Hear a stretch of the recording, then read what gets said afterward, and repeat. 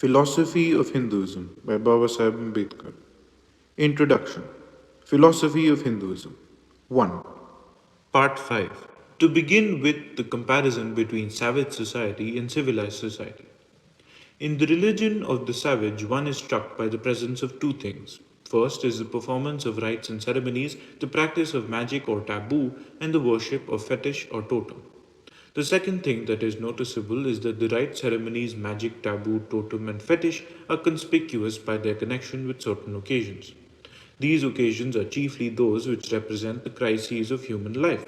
The events such as birth of the firstborn, attaining manhood, reaching puberty, marriage, sickness, death, and war are the usual occasions which are marked out for the performance of rites and ceremonies, the use of magic, and the worship of the totem. Students of the origin and history of religion have sought to explain the origin and substance of religion by reference to either magic, taboo, and totem and the rites and ceremonies connected therewith, and have deemed the occasions with which they are connected as of no account.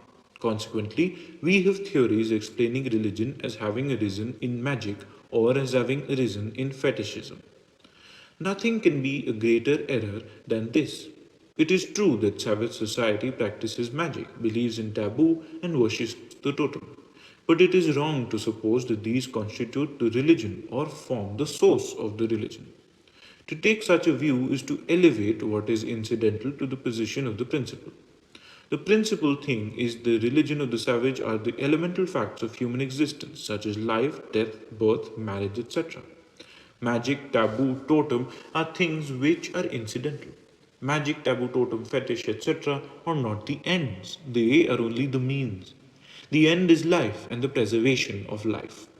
Magic, taboo, etc. are resorted to by the savage society not for their own sake but to conserve life and to exercise evil influences from doing harm to life.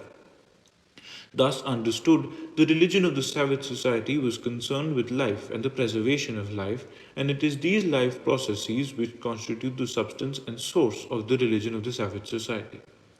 So great was the concern of the savage society for life and the preservation of life that it made them the basis of its religion.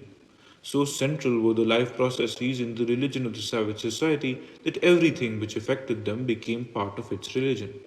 The ceremonies of the savage society were not only concerned with the events of birth, attaining of manhood, puberty, marriage, sickness, death, and war, but they were also concerned with food. Among pastoral peoples, the flocks and herds are sacred. Among agricultural peoples, seed time and harvest are marked by ceremonials performed with some reference to the growth and the preservation of the crops. Likewise, drought, pestilence, and other strange irregular phenomena of nature occasion the performance of ceremonials. Why should such occasions as harvest and famine be accompanied by religious ceremonies? Why is magic, taboo, totem be of such importance to the savage? The only answer is that they affect all the preservation of life. The process of life and its preservation form the main purpose. Life and preservation of life is the core and center of the religion of the savage society. As pointed out by Professor Crawley, the religion of the savage begins and ends with the affirmation and conservation of life. In life and preservation of life consists the religion of the savage.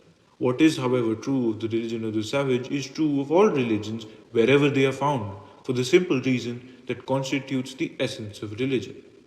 It is true that in the present day society, with its theological refinements, this essence of religion has become hidden from its view and is even forgotten.